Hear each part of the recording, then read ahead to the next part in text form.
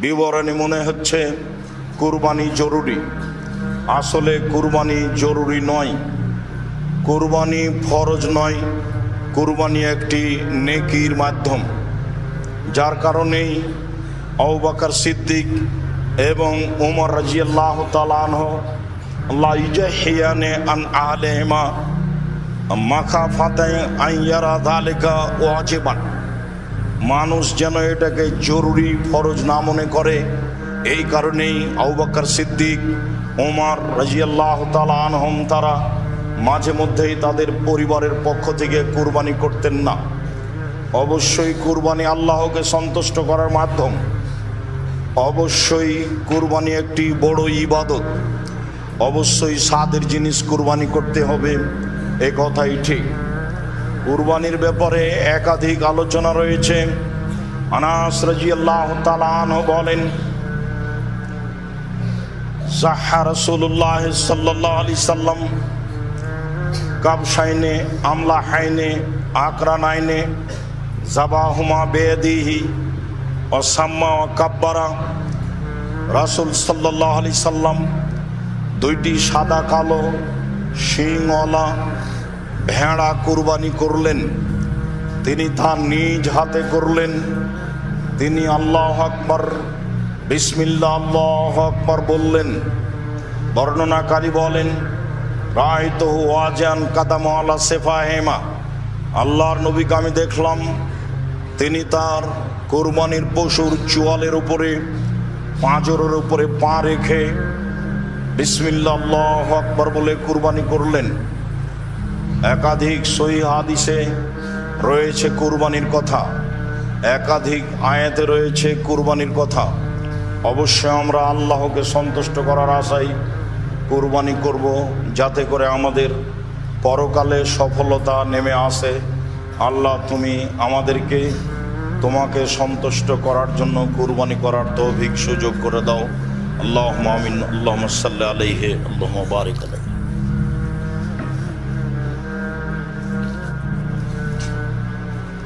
আলহামদুলিল্লাহ ওয়াহদা ওয়াসসালাতু ওয়াসসালামু আলা মান লা নাবিয়্যা বাদা। আমরা এখন আলোচনা করি কুরবানির পশুর ধরন। তারপর কুরবানি 7 ভাগে একজনের পক্ষ থেকে ও কুরবানির গোশতের বিবরণ। জাবের রাদিয়াল্লাহু তাআলা আনহু বলেন, রাসূল সাল্লাল্লাহু আলাইহি সাল্লাম বলেছেন, লা তাযবাহু ইল্লা মুসিন্না, পৃথিবীর মানুষ তোমরা দাঁত ছাড়া কুরবানি করো না। অত্র মুসলিম গ্রন্থের হাদিসে প্রমাণিত হয় যে দাঁত দেখে কুরবানি করতে হবে। যারা মুসিন্না শব্দের অর্থ গ্রহণ করেছেন এই মর্মে যে 1 বছর হলেই গরু ছাগল এগুলো কুরবানি করা যায়, তারা ভুল বুঝেছেন, এ কথাই ঠিক। দাঁত দেখেই কুরবানি করতে হবে। মুসিন্না মূলত ওই পশু, ওই ছাগলকে বলা হয় যার দুধের দাঁত উঠে গিয়ে আবার দাঁত বের হয়েছে, তাকে মুসিন্না বলা হয়। তবে সাধারণত ছাগল দাঁতে 1 বছরে, গরু দাঁতে 2 বছরে, উট দাঁতে 5 বছরে, মানুষ দাঁতে 7 বছরে। বাচ্চার ছেলে মেয়ের 7 বছর হলেই দুধের দাঁত উঠে যায়, নতুন দাঁত আসে, এটা স্বাভাবিক। উট 5 বছর হলেই নতুন দাঁত আসে, দুধেরটা উঠে যায়। গরু 2 বছর হলেই তা ঘটে, আর ছাগল 1 বছর হলেই তা ঘটে। এরপরেও দাঁত দেখেই কুরবানি করতে হবে, এ কথাই ঠিক, আর এটাই হাদিসের অর্থ। এরপরে কুরবানির ধরনে আলী রাদিয়াল্লাহু তাআলা আনহু বলেন, আমারানা রাসূলুল্লাহ সাল্লাল্লাহু আলাইহি সাল্লাম আন নাস্তাসরিফা লাইনা আল-উজনা, আল্লাহর নবী আমাদেরকে পশু ক্রয়ের সময় আদেশ করেছেন যে আমরা পশুর চোখ কান ভালোভাবে দেখে নিব, যাতে করে তার চোখে কোনো ত্রুটি না থাকে, কানে কোনো ত্রুটি না থাকে, পায়ে কোনো ত্রুটি না থাকে। নিখুঁত প্রাণী কিনবো, এ আদেশ আমাদেরকে আল্লাহর নবী করেন। বারা ইবনে আজিব রাদিয়াল্লাহু তাআলা আনহু বলেন, সুইলা রাসূলুল্লাহ সাল্লাল্লাহু আলাইহি সাল্লাম মাজা ইত্তাকানি জাহায়া, আল্লাহর নবী কুরবানি কেমন পশু হতে হবে এই জিজ্ঞাসা আল্লাহ রাসূলকে করা হয়েছিল। ফাকালা আশারা বেয়াদিহি আরবান, তিনি হাতের ইশারা করে হাত দিয়ে দেখালেন কুরবানি কেনার সময় চারটে জিনিস দেখে নিতে হবে। আল আরজাওয়াল বাইয়িনু যালওয়াহা ওয়াল আওয়ারাল বাইয়িনু আওয়ারাহা ওয়াল মারিজাতাল বাইয়িনু মারাজুহা ওয়াল আসফালাতি লা তুনকা, পশু নেওয়ার সময় দেখে নিতে হবে স্পষ্ট ল্যাংড়া হয় না যেন, স্পষ্ট কানা হয় না যেন, স্পষ্ট রোগা হয় না যেন, গায়ে গোস্ত থাকে যেন, মোটা তাজা হয়, শুখা শুষ্ক গায়ে গোস্ত নাই এমন হয় না যেন। তিনি চারটে জিনিস অত্র হাদিসে দেখার জন্য বললেন। স্পষ্ট কানা, স্পষ্ট খোড়া, স্পষ্ট রোগা এবং গায়ে গোস্ত, এইগুলোর কথা তিনি উল্লেখ করলেন। এখানে আর একটি কথা উল্লেখ থাকে যে নিখুঁত প্রাণী কুরবানির জন্য কেনার পরে যদি হাত পা ভেঙে যায়, টেরা হয়ে যায়, তাহলে কোনো সমস্যা নেই, এ ব্যাপারেও সহিহ হাদিস রয়েছে। তবে খুদ অলাই গরু যদি কেনা হয় তাহলে তা আবার ফেরত দিতে হবে, ওটা পরিবর্তন করে নতুন কিনতে হবে।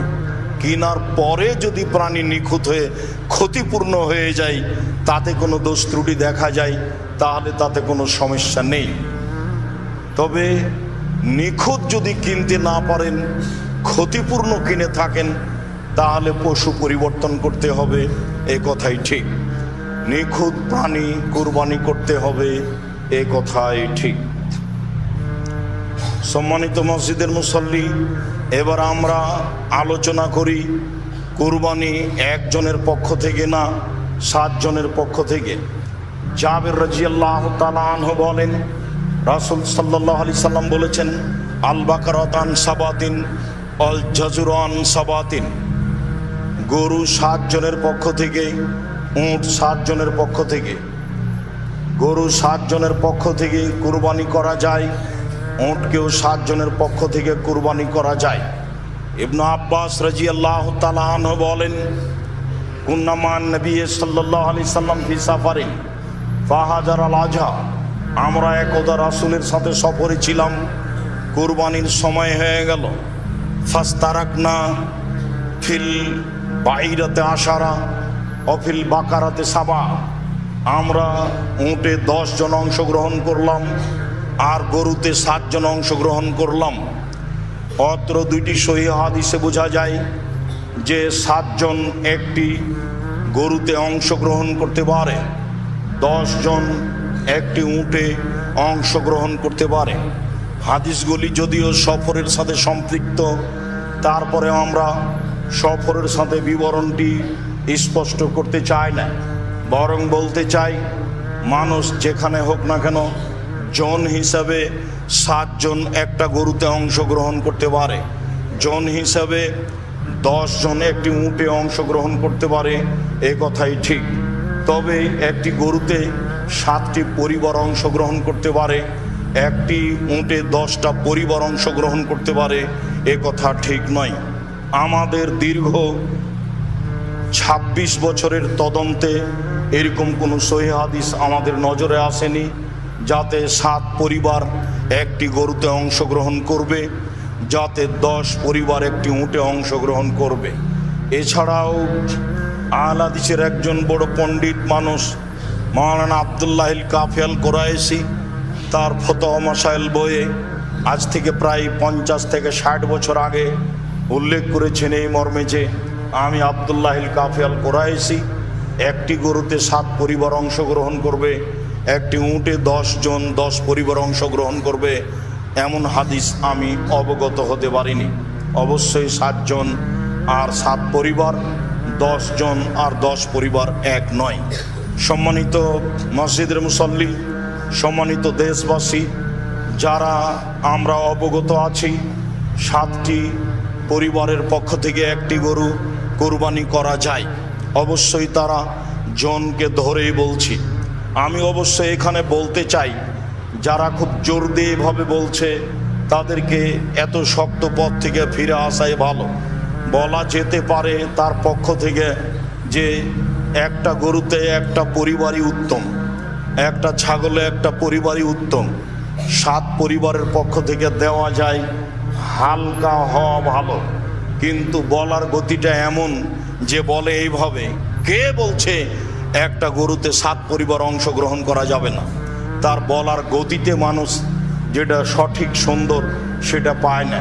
বলার ঢং গতি খুব শক্ত, যার কারণে সঠিক যেটা সেটা থেকে মানুষ দূরে থেকে যাচ্ছে।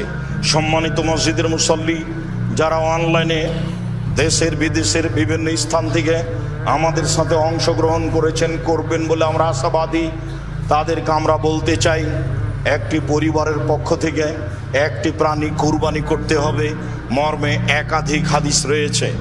কয়েকটি বুখারী মুসলিম থেকে পেশ করি, পরে আরও পেশ করব ইনশাআল্লাহ। সম্মানিত মসজিদের মুসল্লি, জাবির রাদিয়াল্লাহু আয়েশা রাদিয়াল্লাহু তাআলা আনহা বলেন, আমার রাসূলুল্লাহ সাল্লাল্লাহু আলাইহি সাল্লাম বেকাবসিন আকরানা, আল্লাহর নবী একটি সিংওয়ালা ভেড়া ক্রয়ের জন্য আদেশ করলেন। এতাও ফি সাওয়াদিন ওয়া ইয়াবরাকু ফি সাওয়াদিন অনজুরু ফি সাওয়াদিন, যেই ভেড়াটি খাবে কালোতে, হাঁটবে কালোতে, শুইবে কালোতে, যার মুখ কালো, যার পা কালো, যার পেট কালো। বিবরণে হয়তো আল্লাহ রাসূল কালো প্রাণীকেই বেশি প্রাধান্য দিয়েছেন। বিদ্বানগণ বলতে চান কালো প্রাণীর গোশতে স্বাদ বেশি, অন্যান্য প্রাণীর গোশতে স্বাদ কম, এমনটা হতেও পারে। তবে এর রহস্য আমরা স্পষ্ট রাসূল সাল্লাল্লাহু আলাইহি ওয়াসাল্লামের পক্ষ থেকে অবগত নই। তিনি বলেছিলেন, আনাসকে ক্রয় করতে যাও, একটি ভেড়া কিনো যেটা কালোতে হাঁটে, কালোতে খায়, কালোতে শয়। ফাউতিয়া বিহি লিইজহিবিহি, এই কুরবানি ভেড়া তার নিকটে নিয়ে যাওয়া হলো। ফাকালা লিআয়েশা, আয়েশা রাদিয়াল্লাহু তাআলা আনহাকে তিনি বললেন, হালুমিল মুতিয়া ওয়াস হাজিয়া বিহাজারিন, আয়েশা ছুরি নিয়ে আসো এবং পাথরের মাধ্যমে তাকে ধারালো করে নিয়ে আসো। ছুরি ধারালো কাজটি আমাদের দেশে পুরুষ মানুষে করে। আল্লাহর নবী আয়েশাকে বলছেন, আয়েশা ছুরি ধারালো করে নিয়ে আসো। ফাফালাত, আয়েশা তাই করলেন। স্ত্রীর নাম ধরে ডাকতে হয় এ কথাই ঠিক। অত্র হাদিসে যা প্রমাণ হয়, একটু আগে বুখারী মুসলিমের হাদিসে যা ইব্রাহিম আলাইহিস সালামের ব্যাপারে প্রমাণ হয়েছে, স্ত্রীও স্বামীর নাম ধরে বলতে পারে। তাই তার স্ত্রী বলেছিলেন, আয়না তাজাব ইব্রাহিম, ইব্রাহিম আপনি কোথায় যাচ্ছেন আর আমাদেরকে উপত্যকায় ছেড়ে যাচ্ছেন যেখানে মানুষজন নেই, ঘাস পাতা পশু প্রাণী নেই। আয়েশা রাদিয়াল্লাহু তাআলা আনহা বলেন, ফাখাজা ওয়া খাজাল কাবসা, তিনি ছুরি হাতে নিলেন এবং ভেড়াটা হাতে নিলেন। ফাজাহু, তারপরে তিনি তাকে ফেলে দিলেন। ফেলে দিয়ে চোয়ালের উপরে পা চাপিয়ে তিনি বলছেন, আল্লাহুম্মা তাকাব্বাল মিন মুহাম্মদ ওয়া আলে মুহাম্মদ, আল্লাহ তুমি এই ভেড়া কবুল করো মুহাম্মাদের পক্ষ থেকে, তার পরিবারের পক্ষ থেকে। বিসমিল্লাহ আল্লাহু আকবার, বিসমিল্লাহ আল্লাহু আকবার বলে এই দোয়া পড়ে তিনি পশু কুরবানি করলেন। একটি ভেড়া কুরবানি করলেন তার পক্ষ থেকে, তার পরিবারের পক্ষ থেকে। হাদিস বুখারী মুসলিম। সম্মানিত মসজিদের মুসল্লি, আয়েশা রাদিয়াল্লাহু তাআলা আনহা বলেন, কানান নবী সাল্লাল্লাহু আলাইহি সাল্লাম এজা আরাদা ইউজাহিয়া, যখনই আল্লাহর নবী কুরবানির ইচ্ছা পোষণ করতেন তখনই ইস্তারাবে কাবসাইনে, দুইটি ভেড়া নিতেন। আজিমাইনে বড়, সামিনাইনে মোটা তাজা, আকরানাইনে শিংওয়ালা, আমলাহাইনে সাদা কালো, মওজুয়াইনে অন্ডকোষ বের করা। পাঁঠা কুরবানি না দেওয়াই ভালো। যেগুলোতে অন্ডকোষ বের করা আছে, যাকে আমরা খাসি বলি, সেটাই কুরবানি করা উত্তম। যারা বলেছে খাসি নিখুঁত পাঁঠাই দিতে হবে, তারা শরীয়ত ভুল বুঝেছে, আর না হলে না জানার কারণে বলেছে। আল্লাহর নবী নিজে দুইটা ভেড়া কিনলেন, মোটা তাজা, বড়, শিংওয়ালা, সাদা কালো, অন্ডকোষ বের করা। জাবাহা আহাদাহুমা লেমান শাহেদা লিল্লাহি বিত্তাউহিদে ওয়া শাহেদাল্লাহু বিল বালাগা। ওদের নামে তিনি জবে করলেন যারা এক আল্লাহ বলে সাক্ষ্য দেয়, যারা তার রেসালাত পৌঁছেছেন, তিনি তার দায় দায়িত্ব এই বলে সাক্ষ্য দেয়, তাদের জন্য তিনি একটি পশু কুরবানি করলেন। ও জাবাহাল আখারা আন মোহাম্মদিন ও আলে মোহাম্মদিন, মোহাম্মদ সাল্লাল্লাহু আলাইহি সাল্লাম তার পক্ষ থেকে এবং তার পরিবারের পক্ষ থেকে আরেকটি পশু ভেড়া কুরবানি করলেন। অত্র সহিহ হাদিস প্রমাণ করে যে একটি পরিবারের পক্ষ থেকে একটি প্রাণী কুরবানি করতে হবে। 2, 3 আয়েশা রাদিয়াল্লাহু তাআলা আনহা বলেন, নাহার রাসূলুল্লাহ সাল্লাল্লাহু আলাইহি ওয়াসাল্লাম ফি হাজ্জাতিল বিদায়ে আন আজওয়াজিহি বাদনাতান ওয়াহিদা। রাসূল সাল্লাল্লাহু আলাইহি সাল্লাম তার পরিবারের পক্ষ থেকে বিদায় হজে একটি গরু কুরবানি করেছিলেন। অত্র সহিহ হাদিস প্রমাণ করে রাসূল সাল্লাল্লাহু আলাইহি সাল্লাম পরিবারের পক্ষ থেকে একটি প্রাণী কুরবানি করেছিলেন। মেখনাব ইবনে সুলাইম রাদিয়াল্লাহু তাআলা আনহু বলেন, কুন্না মান নবী সাল্লাল্লাহু আলাইহি ওয়াসাল্লাম ওয়াকুফান বিআরাফা। আমরা একদা আল্লাহ রাসূলের সাথে আরাফার মাঠে অবস্থান করছিলাম। সামিতুহু ইয়াকুল, আমি রাসূল সাল্লাল্লাহু আলাইহি সাল্লামকে বলতে শুনলাম, তিনি বললেন, ইয়া আইয়ুহান নাস ইন্না আলা কুল্লি আহলি বাইতিন ফি কুল্লি আমিন উজিয়া। মনে রেখো, প্রত্যেকটা পরিবারের পক্ষ থেকে প্রতি বছর একটি প্রাণী কুরবানি করতে হবে। মনে রেখো, প্রত্যেকটা পরিবারের পক্ষ থেকে অন্তত একটি প্রাণী কুরবানি করতে হবে। মনে রেখো, প্রত্যেকটা পরিবারের পক্ষ থেকে অন্তত একটি প্রাণী কুরবানি করতে হবে। রাসূল সাল্লাল্লাহু আলাইহি সাল্লাম যদিও বিদায় হজে 100টি কুরবানি করেছিলেন। মানুষ একাধিক কুরবানি করুক, যেহেতু নেকির কাজ, কুরবানি একাধিক করুক, 2, 4টা, 10টা, 5টা, 50টা করুক, নিজের নামে করুক আর নেকির জন্য করুক, ছেলে মেয়ের নামে করুক, সেটা ভিন্ন কথা। মরা মানুষের নামে কুরবানি চলে না, জীবিত মানুষের নামে কুরবানি চলে। যারা বলেছেন মরা মানুষের নামে কুরবানি করলে সেই গোশত ফকির মিসকিনকে নিয়ে দিয়ে দিতে হবে, এটা মন্তব্য মাত্র। কুরবানির পশু মরা মানুষের পক্ষ থেকে জবে করতে হবে মর্মে যে হাদিস এসেছে, সে হাদিস অগ্রহণীয়। কাজেই যারা মারা গেছে তাদের নামে রয়েছে দান, তাদের নামে রয়েছে মুখের দোয়া, তাদের নামে কুরবানি নয়। তাদের নামে হজ করতে পারে, যা স্পষ্ট শরীয়ত দ্বারা প্রমাণিত হয়।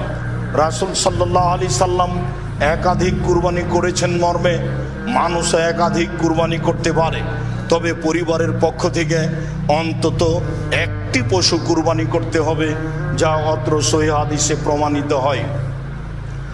আতা ইবনে ইয়াসার রাদিয়াল্লাহু তাআলা আনহু বলেন, সাআলতু আবু আইয়ুব আল আনসারী, আমি আইয়ুব আনসারীকে জিজ্ঞাসা করলাম,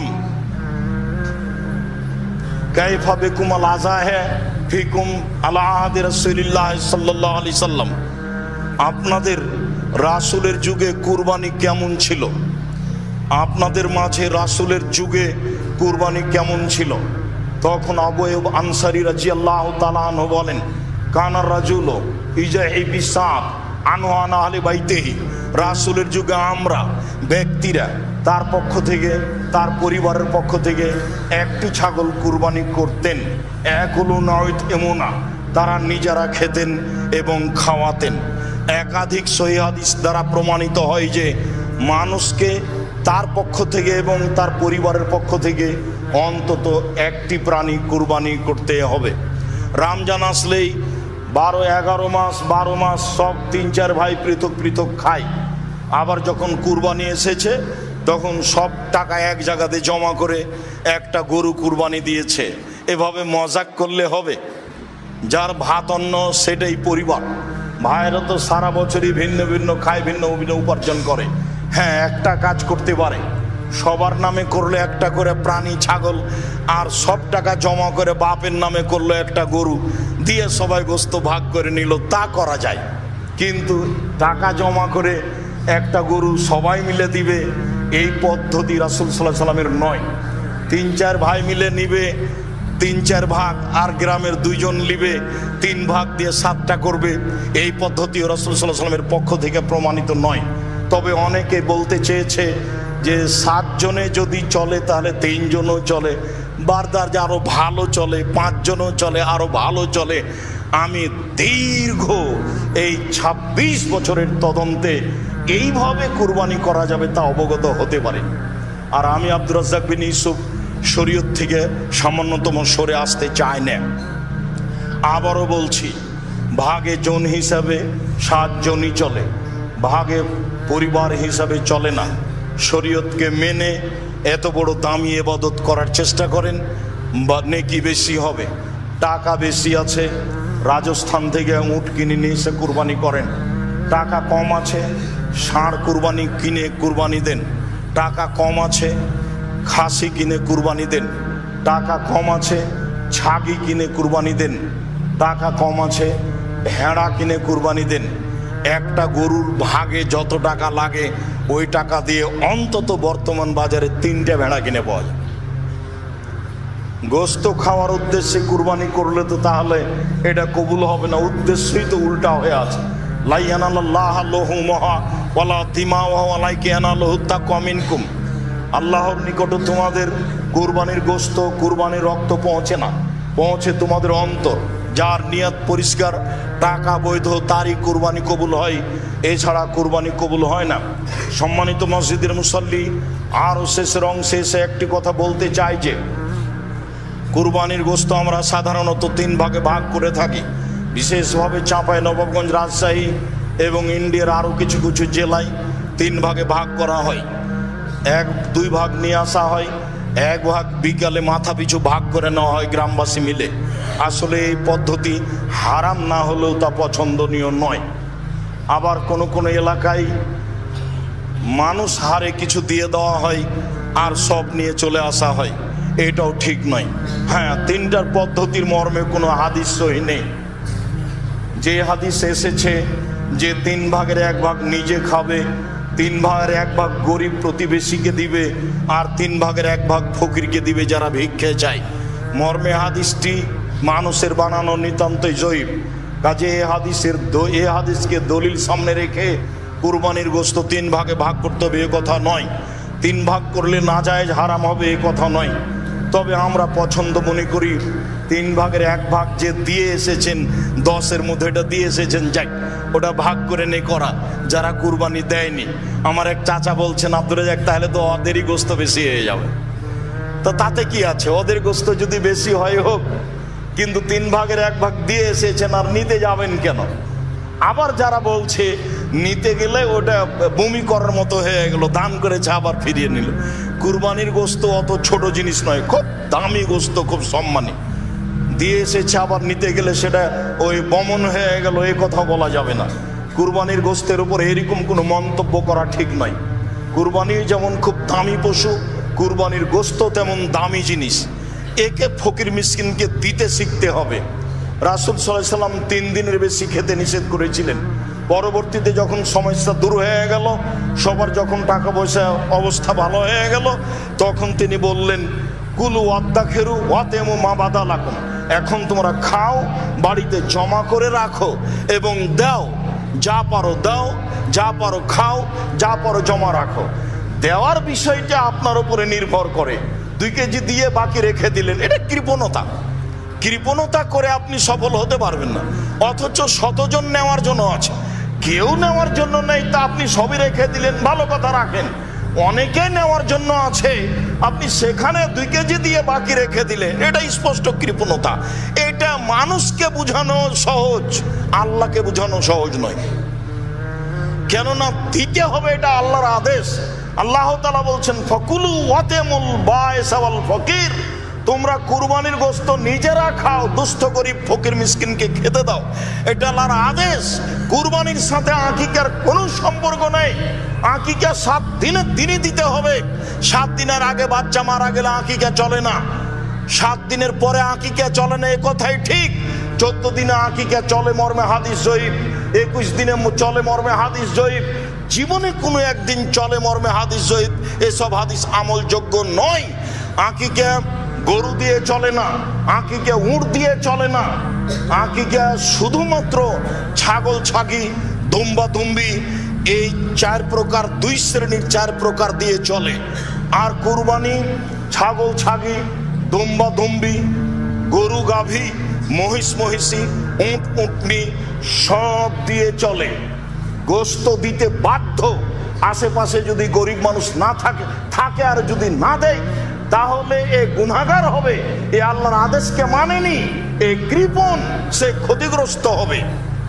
আর আকিকার গোশত ব্যক্তিগত গোশত, সে খাবে কি দিবে সেটা তার ব্যাপার। আকিকা করে নেকি হয় না, আকিকা করে বাপের জিম্মেদারি নামে। আর কুরবানি হচ্ছে নেকির কাজ। কুরবানি অনেক বড় নেকির কাজ। যেসব মাধ্যম দিয়ে আল্লাহকে খুব বেশি সন্তুষ্ট করা যায় তার একটা বড় মাধ্যম হচ্ছে কুরবানি। সম্ভবপর মানুষ কুরবানি করার চেষ্টা করবে আল্লাহকে সন্তুষ্ট করার জন্য, এই কথাই ঠিক। আলোচনার শেষে এসে আরেকটি কথা, উম্মু সালমা রাদিয়াল্লাহু তাআলা আনহা বলেন, রাসূল সাল্লাল্লাহু আলাইহি সাল্লাম বলেছেন, মান রা হিলাল জিলহিজ্জা ওয়া আরাদা ইউজাহিয়া ফালা ইয়াখুজ মিন শারিহি ওয়ালা মিন আসফারিহি।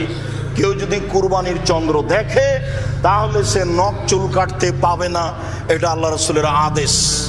যারা কুরবানি করবে তাদের উপরে এই আদেশ, এ কথাই ঠিক।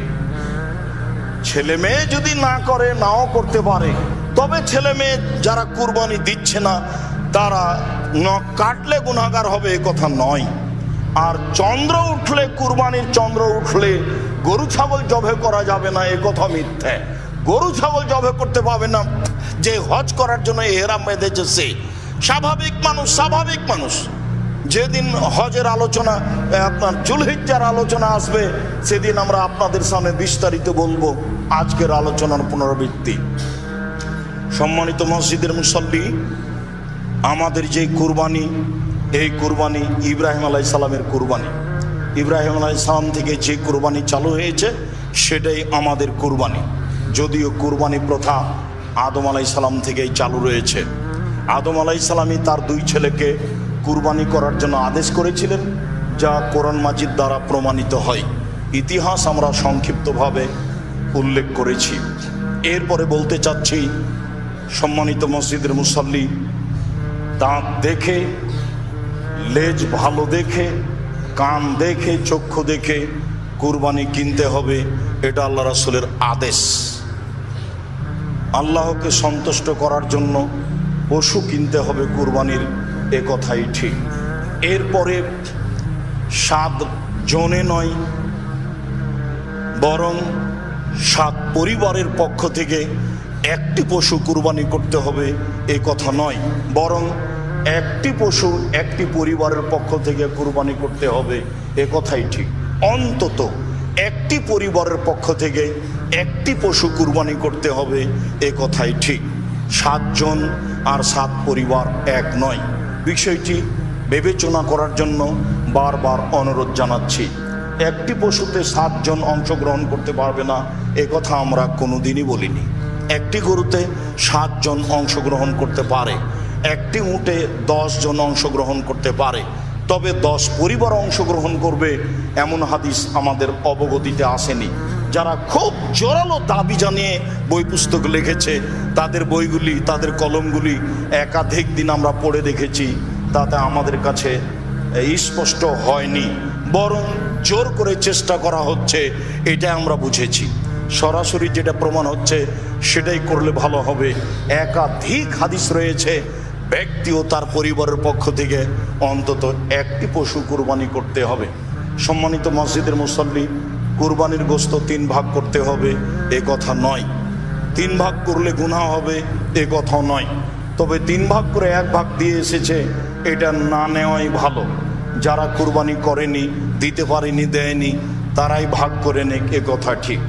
কুরবানির গোশত আত্মীয় স্বজনকে দিতে হবে না এটা নয়, দিতেই হবে এ কথা নয়। কুরবানির গোশতে আত্মীয় স্বজন রক্ষা করতে হবে এ কথা নয়। এই যে আম হচ্ছে এখন চাঁপাইনবাবগঞ্জের মানুষ, রাজশাহীর মানুষ আত্মীয় স্বজনের বাড়ি আম পাঠিয়ে আত্মীয়তা রক্ষা করবে।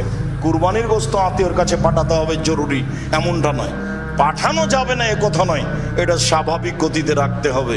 মর্মে মসজিদের সকল মুসল্লিকে এবং যা সাথে সাথে অনলাইনে যারা আমাদের সাথে রয়েছেন তাদেরকে সময়ের গতিতে আমাদের খুতবা যারা দেখবেন, শুনবেন, জানবেন তাদেরকে অনুরোধ জানাচ্ছি, একমাত্র আল্লাহকে সন্তুষ্ট করার আশায় সহিহ হাদিসকে সামনে রেখে কুরবানি করুন। আল্লাহ আপনাদের তৌফিক দান করুক, আল্লাহুম্মা আমিন। আল্লাহ, তুমি আমাদের এই কুরবানি তোমার রাসূলের পদ্ধতিতে করার তৌফিক দান করো। আল্লাহ, তুমি আমাদের জামিয়া সালাফিয়া কবুল করো। জামিয়া সালাফিয়ার ব্যাপারে যারা শত্রুতা করে তুমি তাদেরকে দমন করো, তুমি তাদেরকে হেদায়াত দান করো। আমাদের যে সমস্যা রয়েছে সেই সমস্যাগুলি তুমি দূর করে দাও। সকল মুসলিম ভাই বোনের জামিয়া সালাফের প্রতি ভালোবাসা দাও, তারা যেন ভালোবাসার সাথে জামিয়া সালাফের সার্বিক কাজে দানের হাত, সহায়তার হাত প্রশস্ত করতে পারে, এটা তুমি কবুল করো। আমরা খাকসার সাধারণ মানুষ, আমরা তোমার দরবারে জোরালো দাবি জানাচ্ছি, তুমি জামিয়া সালাফের সার্বিক সমস্যা দূর করে যারা জামিয়া সালাফেকে ভালোবাসে, যারা জামিয়া সালাফে কিছু দান খেরাপ করে, তুমি তাদের অর্থ সম্পদে বরকত দান করো, তুমি তাদের অর্থ সম্পদের নিরাপত্তা দান করো। যাদের আত্মীয় স্বজন তাদের মারা গেছে, তুমি তাদের কবরের শাস্তি মাফ করো।